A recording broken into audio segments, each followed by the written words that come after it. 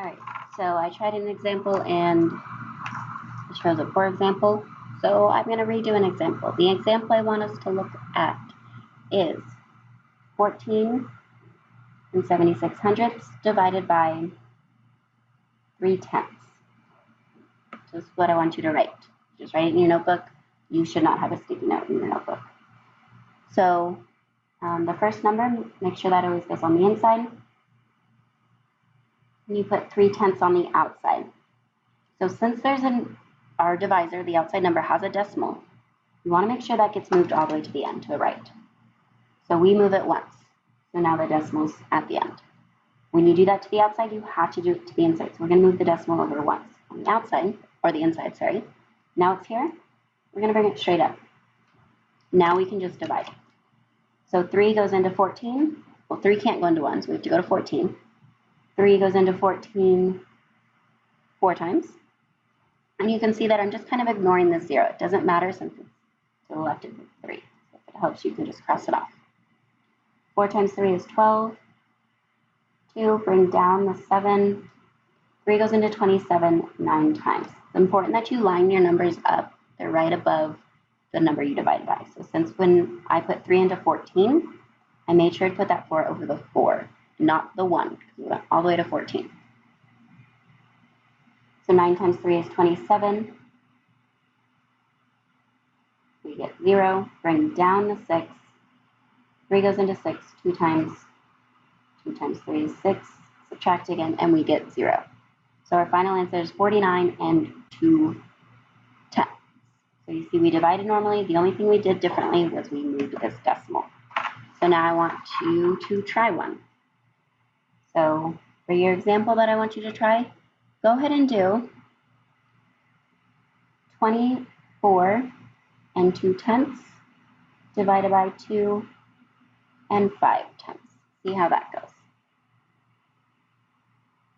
All right, so to do this one, 24 and 2/10 the inside, the first number on the inside, that's our dividend, divisor, 2 and 5/10 on the out.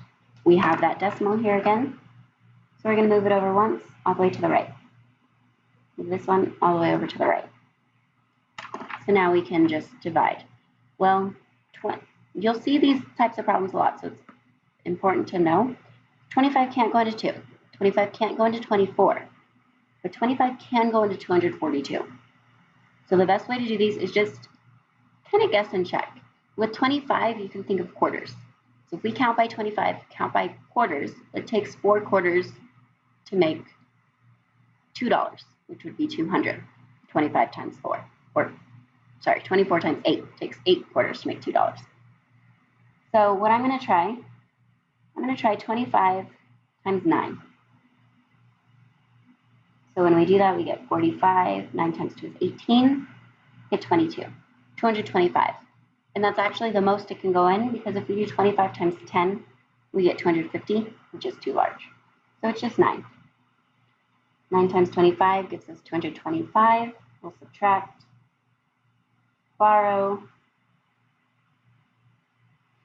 get 7. 3 minus 2 is 1. 2 minus 2 is 0. Now, if we need more numbers to bring down, we're just going to add a 0. I forgot to bring the decimal straight up. Do that now if you forgot as well. And we can bring down the 0. 25 goes into 170. Again, you can guess and check, but it's going to be 6 times. 25 times 6 is 150. You'll subtract, and you'll get 20. Again, we can add another 0, bring it down. 25 goes into 200 8 times. We just talked about that. And 8 times 25 is exactly 200. So we're done. 9 and 68/100 is our answer. And that's it. We'll go over these more tomorrow, because I know these can be a little bit more difficult. So we'll do more examples and a lot more problems tomorrow in class. Thank you.